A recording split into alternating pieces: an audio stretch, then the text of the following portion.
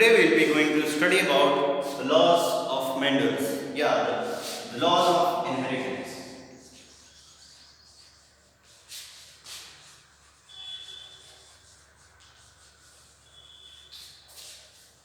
When we talk about inheritance, inheritance basically means whatever is being transferred to the next generation, specifically the genes, whatever the DNA we are having and we are transferring it to the next generation.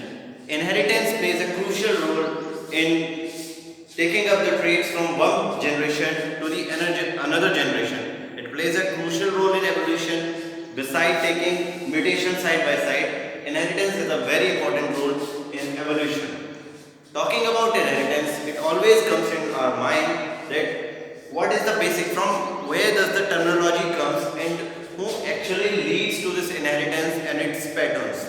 So talking about this, definitely something, a name comes in our mind, that's George Gregor Mendel. Indeed, Mendel was a mathematician, a great personality, a priest who focused and worked for more than 6 to 16, 10, 15 years and started getting results on the inheritance pattern. It's worthy to know that Mendel took the best suggestion, he took the best thing he did was he started working on a pea plant, that is Pisum sativum.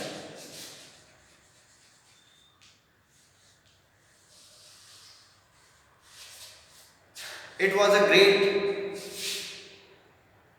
was one of the greatest things that Mendel took. He took the plant Pisum sativum and that was very useful and he was able to utilize the plant with the maximum result, and he considered 7 traits. Few of them was that the size of the plant, the color of the pod, the color of the flower. So the best thing was that the Pisum sativum was a seasonal plant, and within the 3 to 4 months, a Pisum sativum plant was able, a pea plant was able to produce the next generation. So it was really worthy for Mendel to get the results in a short span of time. So the results were very useful. Although the results were, he was not able to publish it by the end of the 19th century. Later on, even after his death in 1900, the results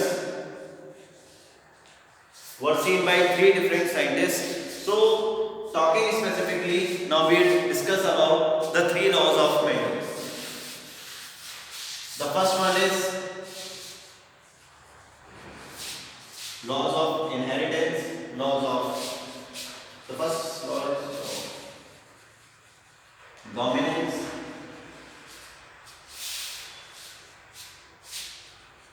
law of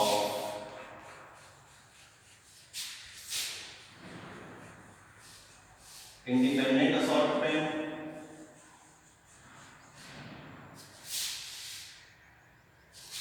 and law of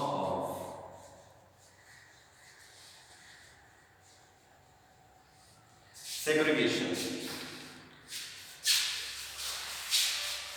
So the 3 laws, the first one was the law of dominance. Talking about law of dominance, the law states that the dominant allele from the parent is only transferred to the next generation and it is expressed in the next generation. Just taking an example of this, let's taking a plant, a homozygous plant having the genes, we can say alleles, homozygous, resembling tau. Similarly, it is having 2 gametes, small t, which resembles a dwarf plant. Okay, so if a cross is made between these 2 different plants having 2 different characters, one is having the allele, the recessive allele, the another is having the dominant allele. So if we take one gamete,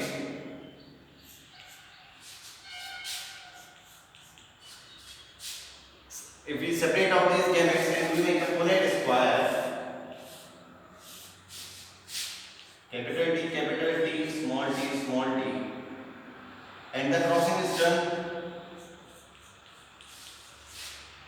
capital T, small t, the four progenies which we are getting, that is this F1 generation, they all will be heterozygous.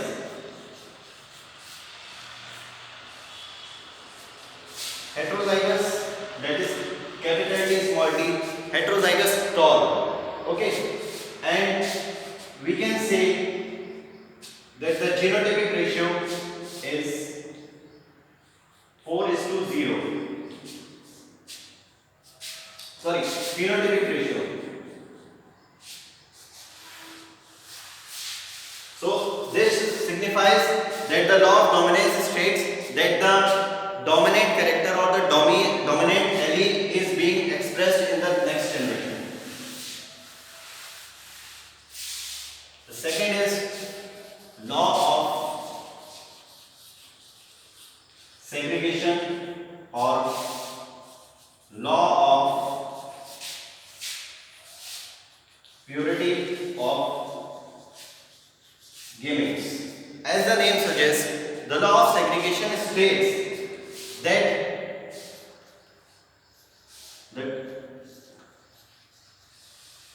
two gametes separate out in the time of meiosis and they are expressed separately.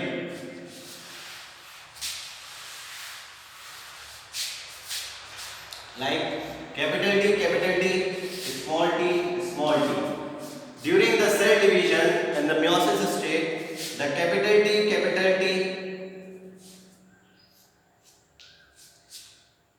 in this case, it will not be dependent on each other. The two gametes separate out separately and they segregate differently. They will not be dependent on each other. For example, while we are taking if we are taking a heterozygous,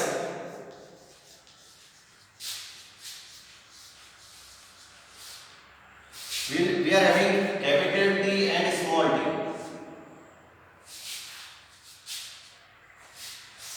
Capital T, small t.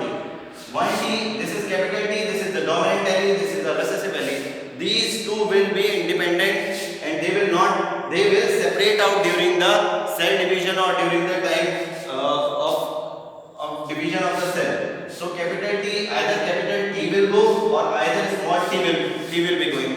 For I'll try to make it more simple. While in the formation of a gametes, like in the sperm of the sex chromatids, one is having the X. For example, male is having the XY. So during the meiosis in the sperm formation, some of the sperms are having X and some are having the Y characters. Never it happens that the gamete is having both X and both Y. So in the simplified terms, you can get the segregation occurs in the spermatogenesis process also. So you can clearly see the X, either the sperm will be X or it will be Y. Never it happens that both X and Y goes to the next generation. The last is the law of independent assortment. The law of independent assortment could be briefed basically with the help of a dihybrid cross. In this cross, we will be considering two characters or two traits. For example, capital T and P and P. Capital T. Capital T here signifies the tallness, the size of the plant. P resembles, for example, like say purple. P is the dominant character. Okay, so if we take the recessive nature of both these traits, for example, small t, small p. And if we do the crossing for F1 generation, for example, the gametes of this will be capital T, capital T and capital P. So since it is a homozygous condition, the four gametes which are produced will be same. Capital TP, capital TP, capital TP, capital T. In this case, it applies the same process. Small t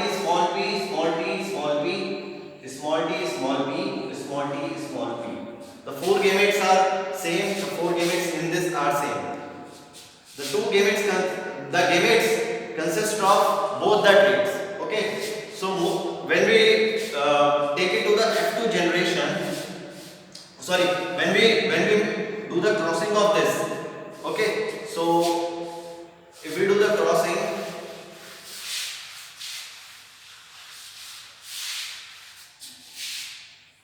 capital T,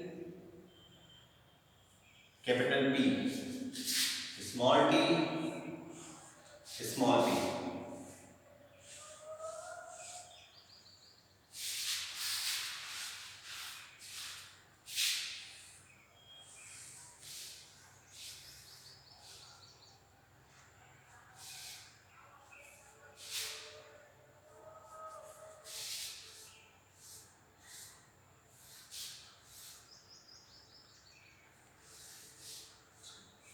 So while doing the crossing, we'll whatever the if we do capital T, capital P, small t and small p, we'll be getting both the characters in the next progeny.